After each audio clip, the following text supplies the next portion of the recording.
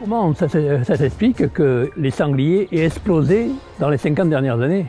Alors quelle est la cause? En réalité, il n'y en a pas une, il y en a plusieurs. D'une part, il y a le réchauffement climatique, c'est-à-dire qu'évidemment, avant, les sangliers étaient limités par l'hiver, ils n'avaient quasiment plus rien à manger, le froid, etc. Donc les femelles s'arrêtaient de se reproduire. Et donc ça limitait leur reproduction. Il y a aussi l'agriculture qui a favorisé le développement des sangliers. C'est-à-dire qu'on a multiplié les plantations de maïs et les plantations en monoculture, c'est-à-dire des champs gigantesques de maïs. Or, le maïs, c'est une réserve énergétique pour le sanglier. Or, le sanglier, c'est un animal qui passe son temps à faire des réserves. Donc, il est très intéressé par ça. Et donc, ce qui fait qu'autour des champs de maïs, il y a évidemment des sangliers, et en particulier des laits, c'est-à-dire des femelles, qui se reproduisent beaucoup plus vite qu'ailleurs. Alors donc, deuxième cause. Et la troisième cause, mais qui est surprenante, ce sont les chasseurs. C'est-à-dire qu'en réalité, il faut connaître historiquement, bon, les chasseurs qui ont quelques années de recul, ils le savent, mais les jeunes peut-être ne le savent pas. Enfin, il n'y a pas beaucoup de jeunes, il faut dire. Alors, dans les années 70-80, les fédérations de chasse étaient très embêtées, les chasseurs n'étaient pas contents, parce que du fait des pesticides et d'autres problèmes modernes, il n'y avait quasiment plus de petite faune. Et donc, ils n'avaient plus les animaux qui chassaient habituellement.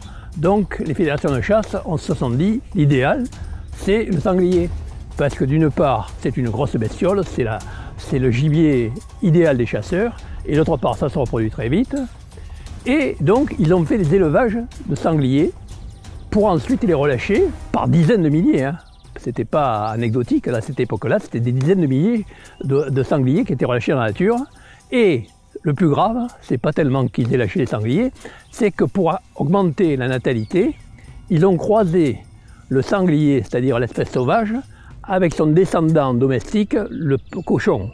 Or, le cochon a une natalité gigantesque qu'on a sélectionné volontairement, les éleveurs ont sélectionné pour augmenter la reproduction. Et donc, en croisant le cochon et le sanglier, ce qu'on appelle les cochongliers, eh bien, on a triplé la natalité. À partir de là, vous avez une bombe démographique.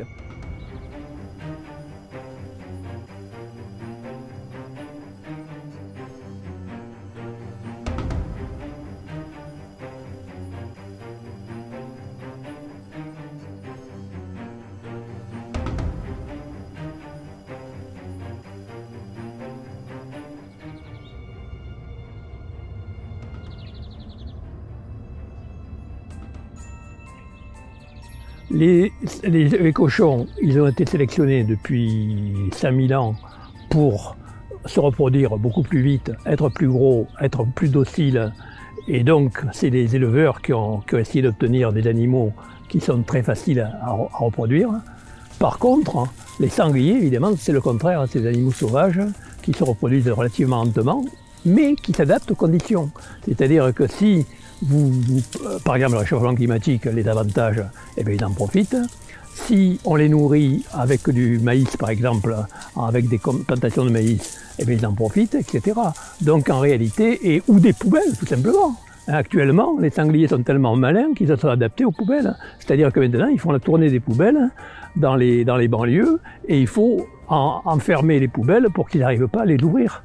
Donc, vous vous rendez compte qu'actuellement, le sanglier est plus rapide que l'homme. C'est-à-dire, et c'est pas seulement en France, c'est pas mal d'endroits, mais par contre, en France, on les élève, ce qui est plus original. Et alors là, on le voit ici, par exemple, vous avez ici, alors là, non seulement on les élève pour la nourriture, là vous avez à côté là, un abreuvoir, et en même temps un nourrissoir. Là, c'est pas sophistiqué, c'est-à-dire qu'ils font que les chasseurs passent toutes les semaines en 4x4 et puis posent des grains, etc. pour les nourrir. Mais parfois, dans certains coins, vous avez des abreuvoirs automatisés avec des distributeurs automatiques de manière à ne pas être obligé de repasser continuellement. Donc c'est une véritable industrie, c'est un élevage.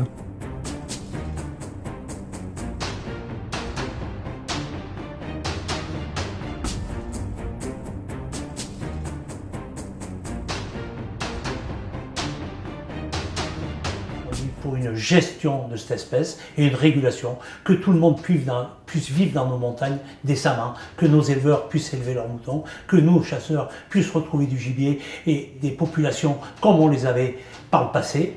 Et nous demandons donc une régulation de cette espèce.